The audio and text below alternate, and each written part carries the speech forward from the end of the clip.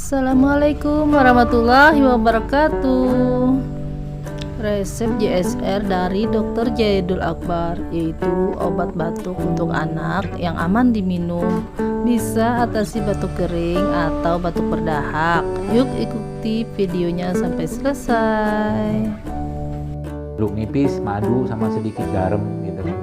Tapi kalau seandainya batuknya berdahak, ya kita perlu keluarkan dahaknya, ya dikasih herbal-herbal yang sifatnya agak hangat ya, kayak jahe. Nanti cari bubuknya aja, ya bubuk jahe nggak usah banyak-banyak kan, panas tuh jahe mungkin, atau cengkeh ya, atau mungkin serai itu juga bisa.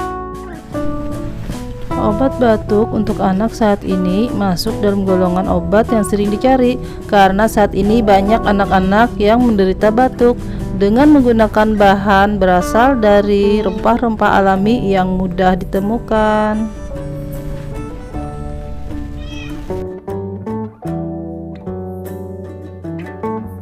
Jeruk nipis, madu, sedikit garam, dan air hangat. Potong jeruk nipis, ambil airnya.